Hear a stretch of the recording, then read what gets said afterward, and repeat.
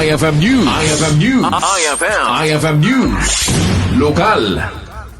Balaygian na angay, tiduang aldaw as skills training on sewing machine operation and garment production ken pricing and costing. Karigiti miyembro ti Baggak Tamyanan, Barangay Poblasyon, ex-OFW Association iti Burgos, Ilocos Norte, babaen iti Department of Trade and Industry, Ilocos Norte. Gagem ti programa, ama ikan ti pagbiyagan digiti miyembro, babaen karigiti as skills ken kastapay, ama aramat da digiti SSF equipment da, naamuan at tinang training kadakwada, karigiti trainers ti Igama Colleges Foundation ICFI, kas in recommendar ti da detoy at inasusuro dagiti ng training ket entrepreneurial mindsetting, sewing machine operation, maintenance, garment construction, pattern grading, quality workmanship, digitalization, ken pricing and costing. Naamuan ati programa ket nagbibinuligan ti DTI Ilocos Norte, TESDA Ilocos Norte, Igama Colleges Foundations Incorporated, LGU Burgos ken Barangay Council ti Poblasyon. Gapo iti daytoy ganwat ket nasirmataan ti DTI Ilocos Norte ngagtultuloy daytoy ken may panamnama nga ado digiti mabalinda surwan iti daytoy aganwat da.